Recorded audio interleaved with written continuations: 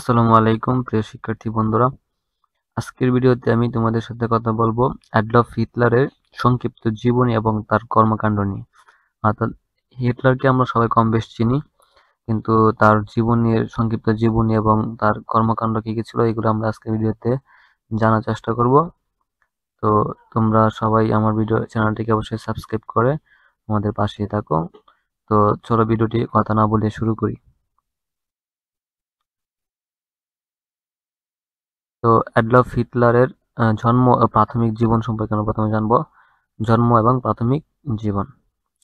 তো Adolf Hitler 20 April 1889 সালে অস্ট্রিয়ার ব্রাউনাউ আম ইন শহরে জন্মগ্রহণ করেন। তার বাবা আলসাস হিটলার এবং মা ছিল ক্লারা হিটলার। ঠিক আছে। পরে হচ্ছে হিটলার ছোটবেলা থেকে শিল্পকলার প্রতি আগ্রহী ছিলেন, তবে ভিয়েনার একাডেমি অফ ফাইন আর্টসে ভর্তি হতে ব্যর্থ হন। তিনি যদিও শিল্পকলার প্রতি আগ্রহী ছিলেন, তবে তিনি কি হতে পারে নাই, আর্টস কলেজে বা আর্টস স্কুলে ভর্তি হতে পারে নাই, ব্যর্থ হন। আর তার জন্ম হচ্ছে 20 এপ্রিল 1889 সালে অস্ট্রিয়ার ব্রাউনাউ আমিন শহরে। এই ছিল তার জন্ম এবং প্রাথমিক জীবন। পরে হচ্ছে প্রথম বিশ্বযুদ্ধ ও রাজনৈতিক উত্থান। তার প্রথম বিশ্বযুদ্ধে অবদান এবং রাজনৈতিক উত্থান কেমনে হয়েছে এটা দেখবে এখানে। বলছে যে 1914 সালে প্রথম বিশ্বযুদ্ধ শুরু হলে হিটলার জার্মান সেনাবাহিনীতে যোগ দেন। অর্থাৎ প্রথম বিশ্বযুদ্ধের সময় তিনি জার্মান সেনাবাহিনীতে যোগ দেন।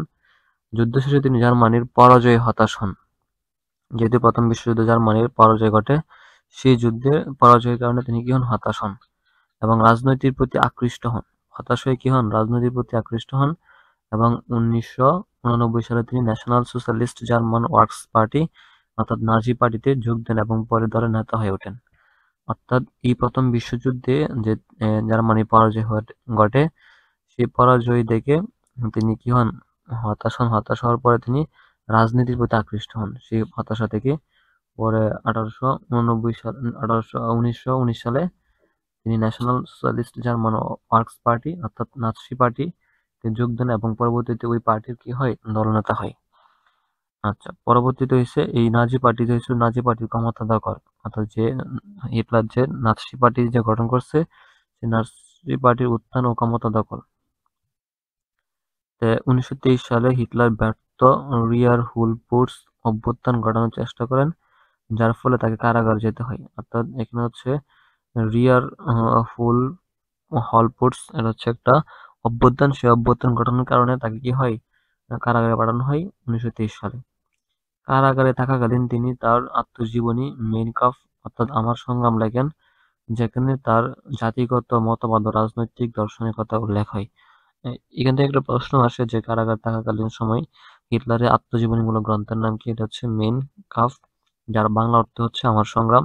এখানে তিনি জাতিগত মতবাদ ও রাজনৈতিক দর্শনের কথা উল্লেখ করেন। আচ্ছা, পরবর্তীতে হয়েছে কি 1933 সালে হিটলার জার্মানির চ্যান্সেলর হন এবং ধীরে ধীরে একনায়কতান্ত্রিক শাসন প্রতিষ্ঠা করেন। ওই জেল থেকে মুক্তি পাওয়ার পর 1933 সালে তিনি জার্মানির চ্যান্সেলর হন এবং তখন সেইখানে একনায়কতন্ত্র শাসন প্রতিষ্ঠা করেন। ঠিক আছে। আচ্ছা, তিনি বিরোধীদের দমন এবং ইহুদি ও অন্যান্য সংখ্যালঘুদের অপর অত্যাচার শুরু করেন এবং জার্মানিকে সামরিকভাবে শক্তিশালী করে তোলেন। এটা ছিল তার মেইন একটা উদ্দেশ্য। তার উদ্দেশ্য ছিল যে জার্মানি বসবাসরত অন্যান্য যে ইহুদি সহ অন্যান্য সংখ্যালঘু আছে তাদেরকে দমন করা এবং জার্মানিকে সামরিকভাবে শক্তিশালী করা, যাতে পরবর্তীতে বিশ্বের যে কোনো শক্তির সাথে মোকাবেলা করতে পারে। আচ্ছা, পরবর্তীতে হচ্ছে হিটলারের দ্বিতীয় বিশ্বযুদ্ধের পতন অর্থাৎ দ্বিতীয় বিশ্বযুদ্ধ ও পতন। 1939 সালে হিটলারের নেতৃত্বে জার্মানি পোল্যান্ডে আক্রমণ করলে দ্বিতীয় বিশ্বযুদ্ধ শুরু হয়। জার্মানি প্রথম পোল্যান্ডকে আক্রমণ করে, তখন দ্বিতীয় বিশ্বযুদ্ধটা শুরু হয়। আচ্ছা, যুদ্ধ চলাকালীন তিনি ইউরোপের বিশাল অংশ দখল করেন। অর্থাৎ যুদ্ধ চলাকালীন তিনি ইউরোপের অনেক অংশই দখল করে নেন। আচ্ছা, পরবর্তীতে তবে 1941 সালে সোভিয়েত ইউনিয়ন অর্থাৎ বর্তমান রাশিয়া আক্রমণের পর এবং 1944 সালে মিত্রবাহিনীর পাল্টা আক্রমণের ফলে জার্মানি দুর্বল হতে থাকে। অর্থাৎ তিনি ইউরোপের বিভিন্ন অংশ দখল করার পরে যখন 1941 সালে সোভিয়েত ইউনিয়ন আক্রমণ করে এবং পরবর্তীতে 1944 সালে মিত্রবাহিনী পাল্টা আক্রমণ যখন জার্মানির উপর শুরু করে, তখন ধীরে ধীরে জার্মানি কি হতে থাকে, দুর্বল হতে থাকে। আচ্ছা, পরবর্তীতে বলছে যে 1945 সালে 30 এপ্রিল সোভিয়েত বাহিনী বার্লিন ঘিরে ফেলার পর হিটলার তার বান্ধবী ইভা ব্রাউন সহ আত্মহত্যা করে। অর্থাৎ এই হিটলারের জীবন আহ, জীবন বিনাশ হয় আত্মহত্যার মধ্য দিয়ে। সেটা হচ্ছে 1945 সালে 30 এপ্রিল। সেখানে যখন তারা সোভিয়েত ইউনিয়ন আক্রমণ করে, তো সেই আক্রমণ করার এক মুহূর্তে যে সোভিয়েত ইউনিয়নের বার্লিন শহরে যে সেনা শাসন আছে তারা সবাই করছিল কি হিটলারকে আটক করছিল আর কি, অর্থাৎ চারদিকে ঘিরে ফেলছিল। তো ঘিরে ফেলার সময় সে ভিতরে তার বান্ধবী ইভা ব্রাউন সহ আত্মহত্যা করে।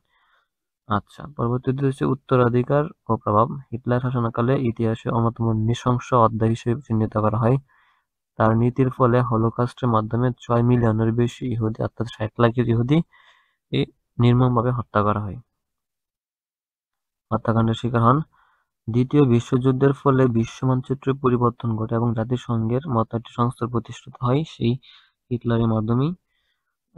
পরবর্তীতে আমরা দেখি এটাই ছিল হিটলারের সংক্ষিপ্ত জীবনী এবং পরিশেষে হিটলার সম্পর্কে একটি বাণী আমরা বলতে পারি যে হিটলার হিসেবে অ্যাডলফ হিটলার ইতিহাসে এক বিতর্কিত চরিত্র, যার শাসন পৃথিবীকে এক ভয়াবহ যুদ্ধের দিকে ঠেলে দিয়েছিল এবং লাখো মানুষের প্রাণহানি ঘটিয়েছিল।